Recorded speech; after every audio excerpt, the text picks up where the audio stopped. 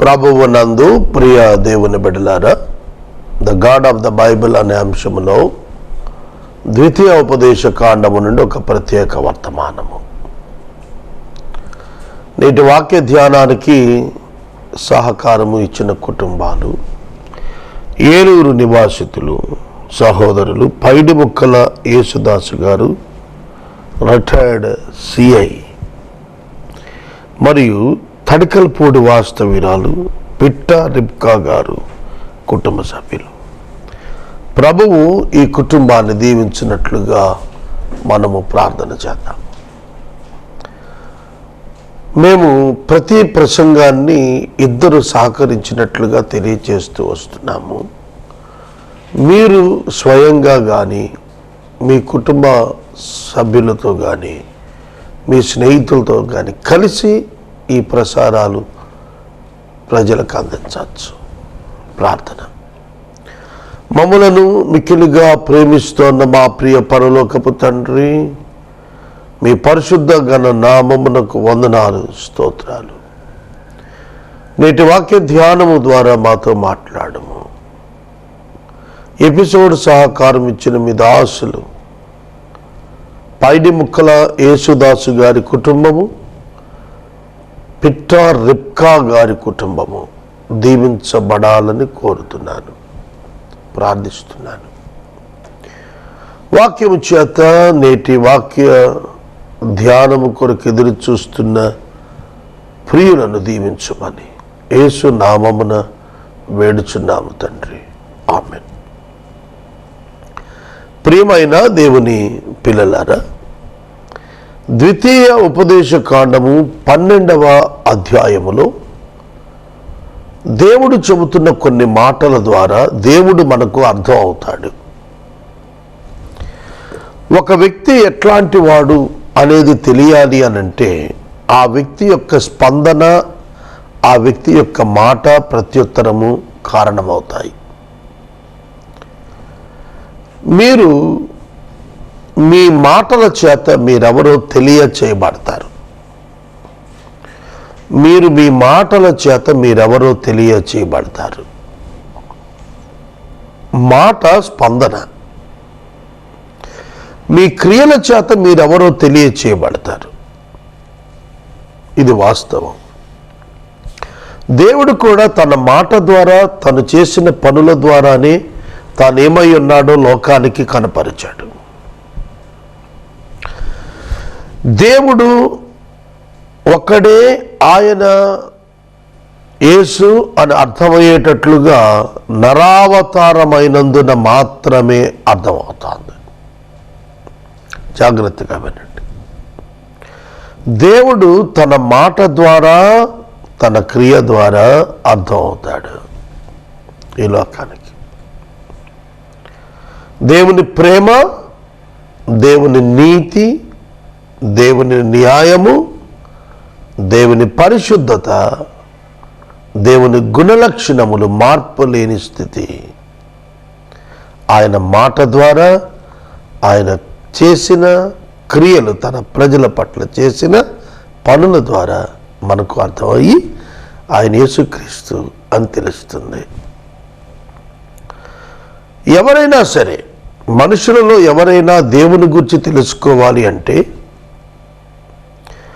కొన్ని విశేషమైనటువంటి లక్షణాలు మనం అర్థం చేసుకోవాలి.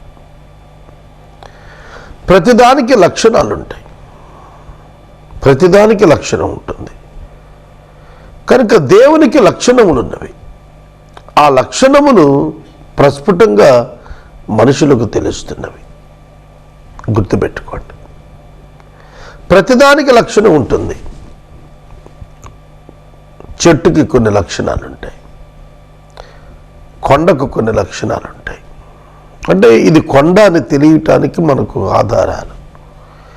అలాగే ఈయన మాత్రమే దేవుడు అంటానికి కలిగిన ఆధారాలు బైబిల్ గ్రంథంలో మాట ద్వారా, ఆయన చేతల ద్వారా, స్పందనల ద్వారా తెలియచేశాడు. ఇశ్రాయేలు జనాంగాన్ని ఐగుప్తు దేశంలో నుండి దేవుడు విమోచించి తీసుకొచ్చాడు. దేవుడు విమోచించి తీసుకొచ్చాడు. ఎట్లా రుజువు అంటే ఆయన మాట, ఆయన క్రియ. ఆయన మాట, ఆయన క్రియ. ఆయన మోషేతో మాట్లాడాడు. నేను విడిపించటానికి నిన్ను తీసుకెళ్తున్నాను, నువ్వు రావాలి, నువ్వు రా అని తీసుకెళ్ళాడు. మోషే ఐగుప్తుకు వచ్చాడంటే కారణం మోషే కాదు, మోషేతో మాట్లాడి తీసుకొని వచ్చిన దేవుడు. అది మనం గుర్తెరగాలి. ఆయన మాట.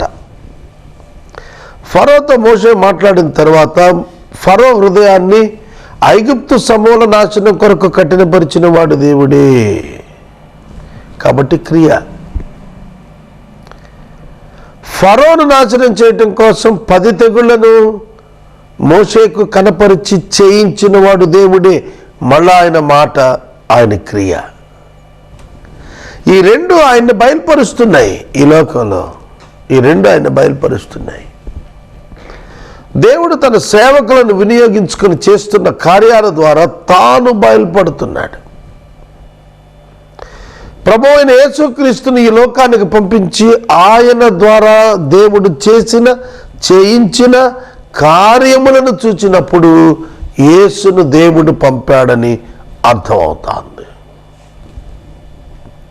కన్ఫ్యూజన్ ఏమిటంటే యేసు దేవుడు అంటున్నారు, మరో మాటలో యేసును దేవుడు పంపాడు అంటున్నారు. ఇదేమి కన్ఫ్యూజన్ అండి అనే ప్రశ్న మీకు తలెత్తుతుంది. అవునా? యేసును దేవుడు పంపాడంటున్నారు, యేసే దేవుడు అంటున్నారు. అక్కడ మీకు త్రిత్వము అర్థం కావాలి. త్రిత్వము అర్థం కావాలి అనగా దేవుడు తండ్రి, కుమారుడు, పరిశుద్ధాత్ముడు అను త్రియేక దేవుడు త్రిత్వమైన వాడు దేవుడు అని అర్థమైతే, ఆ త్రిత్వమున రెండవ వ్యక్తిగా కనపరచబడినటువంటి కుమారుడని చెప్పబడిన దేవుని వాక్యం శరీరాన్ని ధరించి నరావతారమైనప్పుడు, నర అవతారమున కనపడినప్పుడు, ఆయన వాక్యమయుండి నరావతారాన్ని కనపడినప్పుడు, ఆ నరావతారాన్న నరుని యొక్క లిమిటేషన్స్లో తానున్నందున యేసును దేవుడు పంపాడు అంటాం. ఆ నరావతార అయిన వాడు దేవుని కుమారుడైన క్రీస్తు అయినందున ఆయన దేవుడు అని పిలవటం. ఇది వివరణ. అర్థమైందా? నరుడుగా కనపడ్డాడు, నరుడుగా జీవించాడు, నరుడుగానే శిలువ పైన మరణించాడు. దేవుడు మరణించడు, దేవుడికి మరణం లేదు. దేవుడు జన్మించడు, దేవునికి జననం లేదు. దేవుడు నర అవతారంలో ఈ కార్యాన్ని చేశాడు. నరావతారిగా ఉన్నప్పుడు నరుడిగా సంపూర్ణ మానవుడు, ఆయన దేవుని కుమారుడిగా సంపూర్ణ దేవుడు. ఆ స్ప్లిట్, ఆ డిఫరెన్స్ మీకు తెలియకపోతే యేసు ప్రభు అర్థం కాదు. అసలు యేసును చాలామంది మానవుడిగా ఉన్న కోణంలో చూచి దైవ కోణం చూడలేకపోయారు. అందుకే they didn't believe that Jesus is God and the word of God, nothing but God. అర్థం కాలేదు. ఒక హ్యూమన్ పాయింట్ ఆఫ్ వ్యూలోనే జీసస్ని చూశారు, దాని వెనకకి వెళ్ళి చూడలేకపోయారు. అర్థమవుతుందా సోదరుడా, సోదరి? అది పరిశుద్ధాత్మ దేవుని వలన సాధ్యమవుతుంది ఆయన చూడటం అనేది. కనుక ద్వితీయోపదేశకాండం 12వ అధ్యాయాన్ని నేను ధ్యానం చేస్తున్నప్పుడు నాకు అర్థమైంది ఏంటంటే, దేవుడు చాలా రోషం గలవాడు. తనకు చెందాల్సినటువంటి మహిమ ఎవరికి ఇవ్వనీయాడు. అందుకే ఆయన విగ్రహారాధన మానమన్నాడు ఇశ్రాయేలు జనాంగాన్ని. క్రొత్త నిబంధనలోని విశ్వాసులనైతే దేవుని కంటే దేనిని ఎక్కువగా ప్రేమించద్దు అని ఆజ్ఞ ఇచ్చాడు. ఆయన పర్టికులర్గా కుటుంబాల పట్ల ఆసక్తి కలిగిన వాడు. 12వ అధ్యాయం 7వ వచనంలో, మీ దేవుడైన యెహోవా మిమ్మును ఆశీర్వదించి మీకు కలుగ చేసిన మీ కుటుంబములను యెహోవా సన్నిధిని ఆనందించున్నట్లు ఉండవలెను. మీరు భోజనం చేసి మీ చేతి పనులన్నింటి యందు మీరు సంతోషించాలి. ఆల్ యువర్ ఫ్యామిలీ, కుటుంబం అంతా రక్షించబడాలి. చూడండి, మనం కుటుంబాన్ని గురించి చాలా నేర్చుకోవాలి. ప్రధానమైనది కుటుంబం. నీవు, నీ భార్య, నీ బిడ్డలు దేవుని సన్నిధిలో ఉండాలి. నీవు ఒక చోట, నీ భార్య ఒక చోట, నీ బిడ్డలు ఒక చోట కాదు. నీవు ఒక చోట, నీ భార్య ఒక చోట, నీ బిడ్డలు ఒక చోట కాదు అంటే మీరందరూ ఒక గుడికి వెళ్ళండి అని కాదు అర్థం. అక్కడ మీరందరూ దేవుని కలిగి ఉండండి అని అర్థం. అర్థమవుతుందా సహోదరుడా, సహోదరి? కొందరు దీన్ని మిస్యూజ్ చేసుకునే వాళ్ళు కూడా ఉన్నారు. దేవుని యందు నీ కుటుంబం సంతోషించేటట్లుగా నీవు శ్రద్ధ తీసుకోవాలి. దేవుడు దాన్ని కోరుకుంటున్నాడు. మనం 128వ సంకీర్తన చూస్తే, నీ భార్య నీ లోగిట ఫలించు ద్రాక్షావళి వలె ఉండును, నీ పిల్లలు నీ భోజనపు బల్ల చుట్టూ ఒలీవ మొక్కల వలె ఉందురు. That is the family. అది కుటుంబము. నీ కుటుంబం అంతా రక్షించబడాలి. నీ కుటుంబం అంతా రక్షించబడాలి. మేము మా అమ్మ నాన్నకు 4 బిడ్డలు. మేము 4 రక్షించబడ్డాం. మేము 4 రక్షించబడ్డాం. 4 బిడ్డలు రక్షించబడ్డాం. మా కుటుంబం క్రైస్తవ కుటుంబం. ఫ్రమ్ ద బిగినింగ్ మేము ప్రభువుని ఆరాధించే కుటుంబం. మా తల్లిదండ్రులు మమ్మల్ని ప్రభువు యొక్క భయభక్తుల్లో పెంచారు. మా తల్లిదండ్రులు మాకు ప్రార్థన నేర్పించారు. మా తల్లిదండ్రులు మమ్మల్ని వాక్యం చదవటం ప్రోత్సహించారు. సువార్త కొడుకులకు తీసుకెళ్లారు దగ్గరుండి. దైవ సేవకులకు పరిచయాలు చేశారు. వాళ్ళకు పరిచయం చేయమని నేర్పారు. దేవునికి దశమ భాగాలు ఇమ్మని నేర్పారు. ట్రూత్ఫుల్గా ఉండమని నేర్పారు. రిలేషన్షిప్స్, రైట్ రిలేషన్షిప్స్ మెయింటైన్ చేయటం నేర్పారు. దుష్ట సహవాసంలో మేము వెళ్లకుండా మమ్మల్ని వార్న్ చేసి ఆపారు. నేను కొన్ని విషయాలు చెబుతాను. దేవుని యందు సంతోషించే కుటుంబంగా ఉన్నామా మనం పరీక్షించుకోవచ్చు.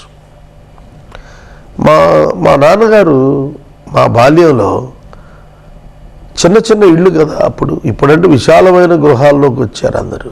అప్పట్లో ఒక గదిలో అందరం పడుకునేవాళ్ళం. మా ఫాదరు మా తలల దగ్గర మోకరించి ప్రార్థన చేస్తూ ఉండేవాడు.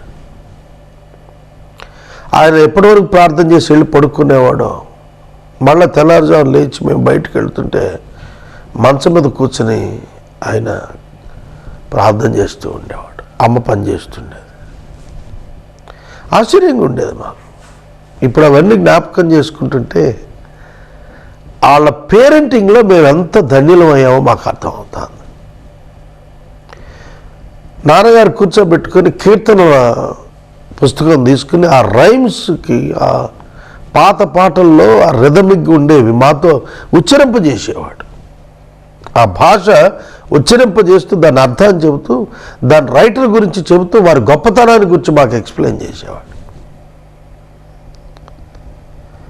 ఆలోచిస్తే అవన్నీ కూడా జ్ఞాపకం చేసుకున్నప్పుడు ఎంతగా ప్రభువులో ఆనందించేటట్లుగా ఆ కుటుంబాన్ని వాళ్ళు సిద్ధం చేసుకున్నారు.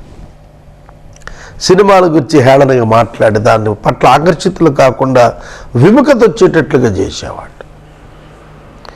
వీధిలో ఆకతాయి పిల్లలు ఏవైనా ఆటలాడుతుంటే అట్రాక్ట్ అయ్యేవాళ్ళం మేము కూడా. మా నాన్న లేనప్పుడు గౌక్కును 10 నిమిషాలు ఆడొద్దామని పోతానికి ప్రయత్నం చేసేవాళ్ళం. వాటిని వెతికి మేము ఆ బ్యాడ్ కంపెనీలో, ఫ్రెండ్షిప్స్లోకి వెళ్లకుండా కాపాడేవాడు. అట్లా మేము ఏదన్నా వాళ్ళ ఇన్ఫ్లుయెన్స్తో ఏమన్నా ఆటలు ఇంట్లో ప్రవేశపెట్టి ఎత్రాలు చేస్తే వాటిని నాశనం చేసేవారు. నాకు చిన్నప్పుడు బాగా గుర్తు, ఒక క్రికెట్ బ్యాట్ చెక్కతో చేయించుకొని ఇంటి పరిసరాలు ఆడుతున్న పక్కంటే ముసలమ్మకు తగిలింది. అది నేను ట్యూషన్కి వెళ్ళి వచ్చేటప్పటికి ఆ బ్యాట్ పొయ్యిలో పెట్టాడు మా నాన్న, తగలబెట్టాడు. ఆ మామకు ఆ రోజు అంత పరిచర్యలు చేశాడు. నన్నైతే కొట్టలేదు. కానీ దేవుని బిడ్డలు కుటుంబమును క్రీస్తు యొక్క సారూప్యానికి పెంచాలి. దొంగతనం చేయకూడదు. ఫైనాన్షియల్ ఇంటెగ్రిటీ నేర్పించాడు మా తల్లిదండ్రులు మాకు. రూపాయి ఎవరిది తీసుకోకూడదు, ఎవరికి రూపాయి అచ్చి ఉండకూడదు, రూపాయి కొరకు కక్కుర్తి పడకూడదు. మనం విలువలు కలిగి మనకున్న దాంతో సంతృప్తిగా ఆనందంగా జీవించగలగాలి నేర్పించాడు. దొంగతనం చేయకూడదు నేర్పించాడు. ఆర్థిక అవసరతలు ఉన్నాయా, మోకాళ్ళేసి ప్రార్థించడం నేర్పించారు. కండ్ల ముందు దశంభాగం తీసి ప్రక్కన పెట్టి సేవకులను ఆదరించి నేర్పించారు. క్రీస్తు కొరకు త్యాగం అంటే ఏంటో నేర్పించారు. That is their lifestyle. We followed them. That's all simple. నీతి నేర్చుకున్నాను. నా బిడ్డలకు నేను అదే నేర్పిస్తున్నాను. Don't go for the world. లోకం కోసం పరిగెత్తకండి, అది మనకు సంబంధం లేదని నేర్పించాను. సోదరుడా, సోదరి, మీ కుటుంబం అంతా క్రీస్తుని వెంబడించాలి. That is the wish of our God, plan of our God for us. మనం చాలా సందర్భాల్లో మనం నిర్లక్ష్యం చేస్తున్నాం. ఇవాళ కుటుంబాలు సంబంధాలు లేనివైపోతున్నాయి. భర్త భార్యకు, భార్య భర్తకు, బిడ్డలు తల్లిదండ్రులు బిడ్డలకు కనెక్షన్స్ ఉండటం లేదు. ఆ ప్రేమ, ఆప్యాయతలు, బాధ్యతలు, రెస్పాన్సిబిలిటీస్, అకౌంటబిలిటీ, జవాబుదారీతనాలు కనపడటం లేదు. నేను మనవి చేస్తున్నాను, if you are a Christian, నువ్వు క్రైస్తవుడు అయితే నీ ఇల్లు పరలోకంగా మార్చుకోవాలి. దేవుడు అది మనకు నేర్పిస్తున్నాడు. నీ కంటికి యుక్తమైందంత చేయకూడదని ఆజ్ఞయిస్తున్నాడు. మనం ఉన్నది రంగుల ప్రపంచంలో ఉన్నాం. ఈ రంగుల ప్రపంచంలో కంటికి కనబడుతుందంత బాగుంటుంది, ఆహ్లాదంగా ఉంటుంది, గులాబీల తోటలా కనపడుతుంది, క్రింద ముళ్ళుంటాయి. నీ కంటికి కనిపించిందంతా చేసేటకెళ్ళదు. అంటే లోకం పరుగులు పెడుతున్నట్లు నువ్వు పరిగెత్తద్దబ్బాయి. You have a separate goal to reach. నీకు ఒక గమ్యం ఏర్పరిచాడు దేవుడు, అది నువ్వు ఫాలో అవ్వాలి. లోకం ఎలా పరిగెడుతుందో అలా పరిగెత్తకూడదు. లోకము డబ్బు వెనకాల, సౌఖ్యాల వెనకాల పరిగెడుతుంది, మత్తు వెనకాల పరిగెడుతుంది, చెత్త వెనకాల పరిగెడుతుంది, అపవిత్రత వెనకాల పరిగెడుతుంది. You should not do that. అది నువ్వు చేయకూడదు. నువ్వు దేవుని పట్ల భయభక్తులు కలిగి ఉండాలి. ఇది దేవుడు కోరుతున్నాడు. God wants his people to be the perfect people and fearful people to him. ఆయన పట్ల ఖచ్చితమైన వారు ఉండేట్లుగా, భయభక్తులు కలిగే వారు ఉండేట్లుగా చూసుకోవాలన్నాడు. ఇజ్రాయేలీలతో మాట్లాడుతున్నప్పుడు మీరు లేవీయులను నెగ్లెక్ట్ చేయొద్దు అన్నాడు. అంటే దశమ భాగాలు ఇవ్వటం, కృతజ్ఞతార్పణలు ఇవ్వటం, వీటి విషయాల్లో నిర్లక్ష్యంగా ఉండొద్దు, వాళ్ళు దేవుని సేవ చేస్తున్నారు అని చెప్పాడు. ఇవాళ కూడాను మనం క్రైస్తవ సంఘాల్లో దేవుని సేవ నిమిత్తం ప్రత్యేకమైన కానుకలు ఇవ్వటం మనకు దేవుడు ఏర్పరిచినటువంటి భాగంగా నేర్పించబడ్డాం. దశమ భాగం పాత నిబంధనలో ఇచ్చేవాళ్ళు, క్రొత్త నిబంధనలో అంతకంటే ఎక్కువ ఇవ్వాల. నువ్వు ఆ వర్ధిల్లిన కొలది ఇవ్వాల. నీ అవసరము తీరిన తరువాతది సమస్తం ఆయనకి ఇవ్వగలగాల. అంటే ఏమిటి ఆయనకి ఇవ్వటం? ఆయన తీసుకెళ్ళి తింటాడా? Share with others for their better lifes. Share with others, ఇతరులకు ఇవ్వాలి. చాలామంది అనుకుంటారు దేవుని యొక్క భాగం అని అంటే దాంతో ఏవో ఆర్టికల్స్ కొని గుళ్ళో ఇద్దాం, బ్రిక్స్ పంపిద్దాం చర్చ్ కన్స్ట్రక్షన్స్కి, ఏసీ లేపిద్దాం గుళ్ళల్లో. No, tithe has its own purpose. Giving food to others who are related with the church. సంఘమునకు వచ్చిన వారి యొక్క ఆహార నిమిత్తం దశంభాగం ఇచ్చారు. అప్పుడు అంతకంటే ఎక్కువ ఇప్పుడు మనుషుల యొక్క అవసరతలకు ఇవ్వాలి. దేవుని పేరిట భవనాలకు, మొజాయిక్ ఫ్లోర్లకి, మార్బుల్ టైల్స్కి, సీలింగ్లకి, సీలింగ్ ఫ్యాన్లకి, ఏసీలకి, కుషన్ చైర్స్కి, గోల్డ్ ఆర్టికల్స్ కోసం కాదు. People are showing interest towards the articles, not towards the people. వస్తువుల మీద ప్రేమ చూపిస్తున్నారు మనుషుల మీద ప్రేమ చూపించలేకపోతున్నారు. సహోదరుడా, సహోదరి, లేవీయులను నిర్లక్ష్యము చేయరాదు. తిండి లేని సేవకులు ఎంతోమంది ఉన్నారు. మనమేమో చాండ్లియర్స్ పెడతాం మన చర్చెస్లో, దానికోసం దేవుడి కొరకు ఇచ్చిన దశమ భాగం వాడేస్తాం.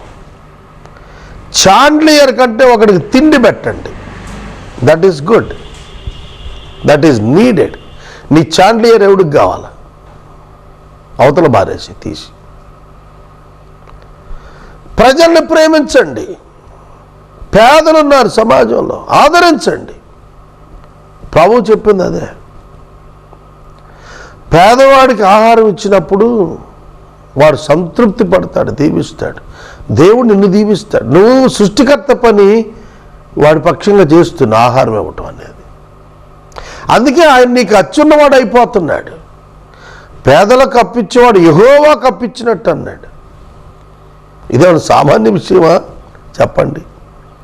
కనుక లేవీయులను నీవు నిర్లక్ష్యం చేయొద్దు, దైవజనులను నీవు నిర్లక్ష్యం చేయొద్దు. వారి ఆలన పాలన చూడు, వారు సౌఖ్యంగా మంచిగా దైవుని సేవ చేసేట్టు చూడు. లగ్జూరియస్ లైఫ్లోకి వెళ్ళేటట్లుగా ప్రోత్సహించడానికి నీ ధనాన్ని కుమ్మరించబాక వాళ్ళ దగ్గర. That is not fair business. తర్వాత మరొకటి నేను ఇందులో జ్ఞాపకం చేసుకుంది ఏమిటంటే, నీవు యుక్తమైన దాన్ని చేస్తే నీ బిడ్డలకు కలిగే దీవెన దేవుడు జ్ఞాపకం చేశాడు. ఓల్డ్ టెస్టిమెంట్ అంతా కూడాను మన తల్లిదండ్రులుగా మనం యుక్తముగా ప్రవర్తించినప్పుడు ఆ బిడ్డలు కూడా ఆ ఫలితాన్ని అనుభవిస్తారని చూపించాడు. క్రొత్త నిబంధనలో మనం క్రీస్తుని కలిగి ఉన్నప్పుడు మన బిడ్డలు కూడా క్రీస్తుని కలిగి ఉండేట్లు చేయగలిగినప్పుడు ప్రతి విధమైనటువంటి దీవెన, ఆశీర్వాదం క్రీస్తు ద్వారా వాళ్ళకు కూడా కలుగుతుంది. అది న్యూ టెస్టిమెంట్లో మనం చూడగలుగుతున్నాం. నీ తర్వాత నీకు, నీ తర్వాత నీ సంతతికి కూడా నీ యథార్థ ప్రవర్తన మేలే చేస్తుంది, కీడు చేయదు. నువ్వు 10 రూపాయలు వడ్డీ తీసుకున్నావు అనుకో, నీ పిల్లలు పాడైపోతారు. నువ్వు వాళ్ళ భ్రష్టత్వాన్ని కన్నారు చూచి చచ్చిపోతావు, ఏడుస్తూ చచ్చిపోతావు. నేను చాలామందిని చూసి అంటాడు. సోదరుడా, సోదరి, love your neighbour, love your God as you love your self and your family. నిన్ను నీ కుటుంబాన్ని ప్రేమించుకుంటున్నట్లు నీవు సమాజాన్ని ప్రేమించడం ప్రారంభిస్తే నువ్వు క్రైస్తవుడు అవుతావు. నీ బోధ కాదు ముఖ్యం, నీ జీవితం ముఖ్యం. నీ బోధ ఎవరికి కావాలి? నీ జీవితం కావాలి. నీ చాచబడిన చేతులు కావాలి సమాజానికి. నీ దయగలిగిన మాట కావాలి. నీ సహాయం కావాలి చాలామందికి. నీ పేరు ప్రఖ్యాతులు ఎవరికి కావాలి? నువ్వు ఉంచుకో, సంచిలో పెట్టి దాచుకో. నేను ఎప్పుడు చెబుతాను, నాకు ఎంత గొప్ప పేరు వస్తే నాకు ఒక ఇడ్లీ దొరకదు, పక్కోడికి ఒక ఇడ్లీ దొరకదు. ఏంటి ప్రయోజనం పేరు వల్ల? సోదరుడా, సోదరి, దేవుడు నిన్ను కోరుతున్నది ఏమిటంటే యు లివ్ ఫర్ అదర్స్. ఇతరుల కొరకు మనం జీవించాలి. వాళ్ళని ప్రభు దగ్గరకు నడిపించే జీవితం కావాలి. ఎంతమంది త్రాగుబోతులు చనిపోతున్నారు, ఎంతమంది యాక్సిడెంట్స్లో చనిపోతున్నారు. Give them the word. వాక్యం ఇవ్వండి ప్రజలకు. ప్రభుత్వానికి సహకారులుగా ఉండాలి క్రైస్తవులు. ప్రభుత్వానికి సహకారిగా ఉన్నవాడు నిజ క్రైస్తవుడు. ప్రభుత్వం యొక్క ఇంప్లిమెంటేషన్స్ని, ఆ ప్రొసీజర్స్ని ప్రజల్లో పర్ఫెక్ట్గా ఇంప్లిమెంట్ అయ్యేట్టుగా వాటిని చూసేటువంటి బాధ్యత క్రైస్తవుడిది. అర్థమవుతుందా? కనుక చూడండి, ఆదికాండంలో యోసేపు ధాన్యాన్ని పంచిపెట్టేటప్పుడు అది ప్రభుత్వ పథకం. అందరికీ ధాన్యం అందేటట్లుగా చూచారు వాళ్ళంతా కూడా. That is the moral responsibility and civil responsibility of a believer. సమాజం ఎండిపోతే మనకెందుకు, మన గుడికి వెళ్తే చాలన్నట్టుగా తయారైపోయి పాడైపోయింది నేటి క్రైస్తవ సమాజం. బోధకులే కారణం దీనికి. వాళ్ళు టీచింగ్ పర్ఫెక్ట్గా లేదు, అందుకనే సంఘాలు మూటలు కట్టుకొని పోతున్నారు, తరలిపోతున్నారు. ఈ నేపథ్యంలో అబద్ధ బోధకులు సొమ్ము చేసుకుంటున్నారు, దొంగలైన వారు జొరబడిపోతున్నారు క్రైస్తవ్యంలో. బైబిల్ క్రీస్తు రాజ్యం చెప్పింది కానీ క్రైస్తవుల యొక్క రాజ్యం చెప్పలేదు. క్రైస్తవ రాజ్య స్థాపన లేదు అసలు భూమి మీద. క్రైస్తవ గవర్నమెంట్ లేదు అసలు. God doesn't want that. దేవుడు కోరింది క్రీస్తు రాజ్యం. క్రీస్తుకు ఒక రాజ్యాన్ని సంపాదించడం అంటే మారు మనసు పొందిన వారిని ఆయన బిడ్డలుగా ఉండేట్లుగా చేయటం ప్రభువు కోరింది. అంతేగాని ఈ లోక రాజ్యాలు కాదు ఆయన కోరింది, ఈ మహిమ కాదు ఆయన కోరింది. ఆయన ఇచ్చు మహిమ వేరున్నది. నేను ముగిస్తున్నాను. దేవుడికి నీ పట్ల ప్రణాళిక ఉన్నది నేస్తమా, నువ్వు గుర్తెరుగు. నీ దేవుడు యేసుక్రీస్తు, అది తెలుసుకో, దాని గురించి ధ్యానించు, బైబిల్ గ్రంథాన్ని పఠించు. ప్రార్థన. మమ్మల్ని మిక్కిలిగా ప్రేమిస్తున్న మా ప్రియ తండ్రి, మీకు వందనములు స్తోత్రములు చెల్లిస్తూ ఉన్నాము. నేటి వాక్య ధ్యానానికి సహకారం ఇచ్చిన మీ యొక్క దాసుడు పైడిముక్కల యేసుదాసు గారిని, పిట్టారిపుక గారిని మీరు దీవించి ఆశీర్వదించు. మా రక్షకుడైన యేసునామముని ఈ కార్యక్రమమునకు ఆర్థిక సహాయం చేయమని ప్రార్థిస్తున్నాం తండ్రి. ఆమేన్. తండ్రి దేవుని ప్రేమ, కుమారుడి యేసయ్య కృప, పరిశుద్ధాత్మని యొక్క అన్యోన్య సహవాసం సదా మనకు తోడైనను గాక. ఆమేన్.